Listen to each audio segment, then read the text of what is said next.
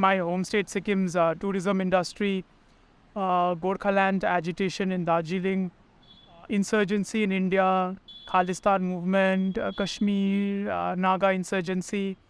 And it was there was a mix of situational questions as well. The Smash program by Sajal sir has been very important to analyze and to get my answer writing, the little tweaks that I needed in my mains GS answer writing. I think the 2 mocks that I gave at Civils Daily has been good experience. The panels, retired bureaucrats, professors were very helpful. They did give a lot of situation-based questions as well as DAP-based questions, so that helped. Hello aspirants. So we have Zendin with us. Zendin has just given his UPSC interview, and Zendin is already in the services. He's in the Indian Economic Service, and Zendin has been hustling a lot. He has been preparing since a long time to get into the top 3. So thank you so much, Zendin, for taking out your time and joining me at Civils Daily. Zendin, how was your interview experience inside? Sure. The interview was very cordial. They were very, first of all, they made you feel very comfortable. And the experience was very good. I mean, it was a mix of various kind of questions. So, yeah, the experience was very good. Zendin, I see that your father has been an MLA in the Sikkim Assembly. Your mother has been associated with the High Court. And so you have a family, you come from a family where people are there from the legislature and as well as judiciary. Why do you want to join the executive and particularly the IAS?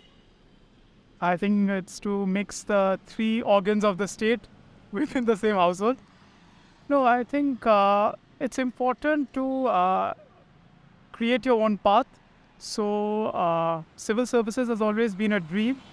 And I think when you have certain experiences in the household, so it gives you a better, constructive kind of mindset to see what you want to aspire for.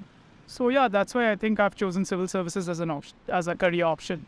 Coming back to your interview, so was it DAV based? Was it situational based? Who was your chairperson? How did it go like? Tell us briefly about that. So the board was Shukla sir's board.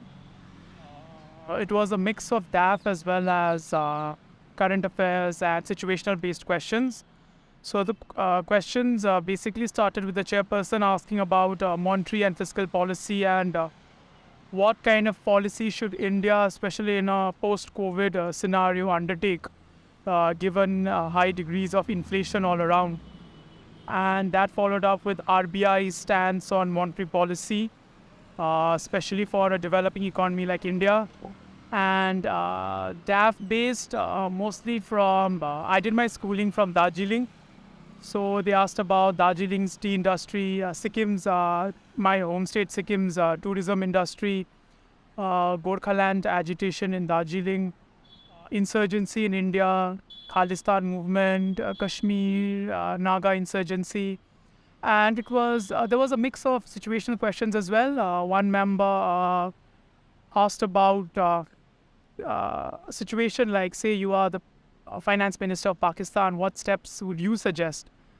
And secondly, the chairperson himself asked about who, according to you, is the best prime minister India's had, and how would you suggest, how would you see Shri Atal Bihari Vajpayee ji's tenure as a prime minister, his attributes as a public speaker vis-a-vis the present prime minister. There were also questions on into hobbies, like if you see in the line of sports, the recent elections in the All India Football Federation and whether there was political interference.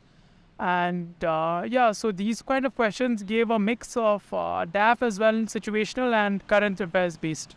Right, I'm sure these are very balanced set of questions that they asked. Then you come from Sikkim.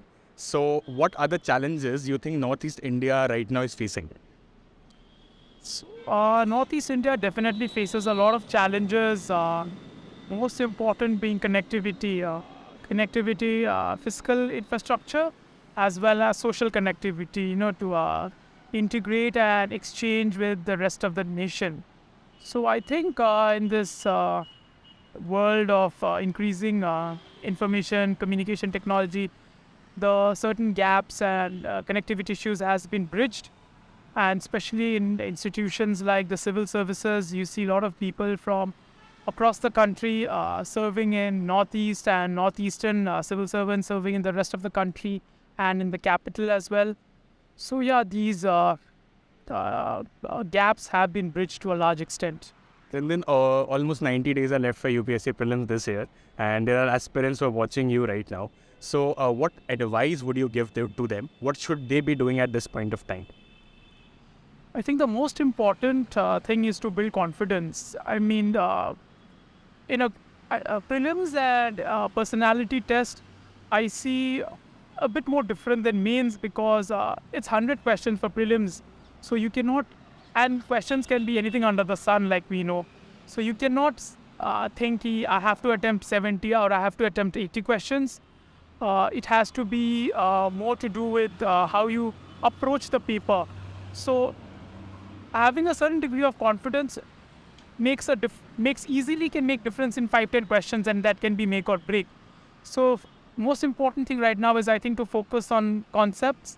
Conceptual clarity is very important for prelims, and now it's very important to revise, re-revise and re-revise, and also to give a certain amount of mains paper, and that amount can vary from person to person.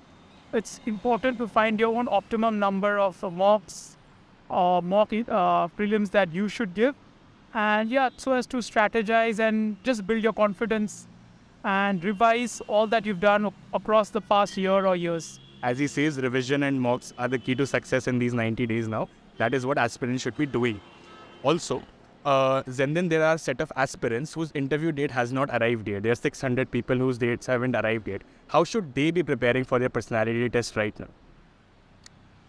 I think just to take it a bit off track, I don't think one person can personally prepare for a personality test.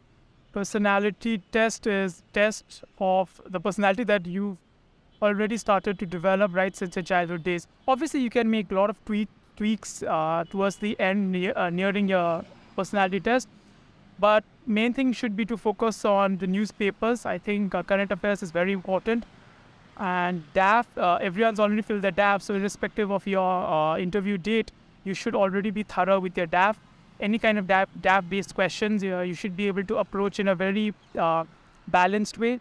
And I think it's not as such getting too much into your mains and your prelims syllabus, but more as to focus on approaching how you answer in an interview, because I think having the biggest task for me was to break that same answer that you write in 200 words in, say, 2-3 sentences in prelims, in personality test.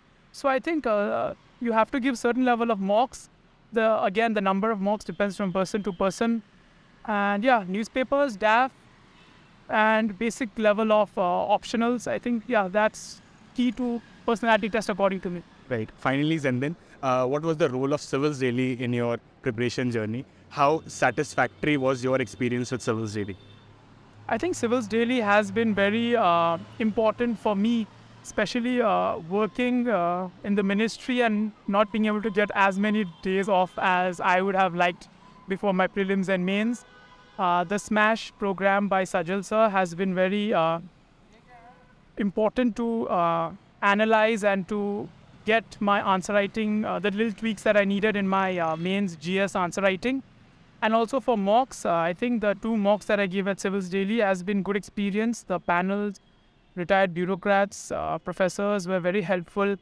They did give a lot of situation-based questions as well as DAP-based questions. So that helped me prepare for the actual personality test today.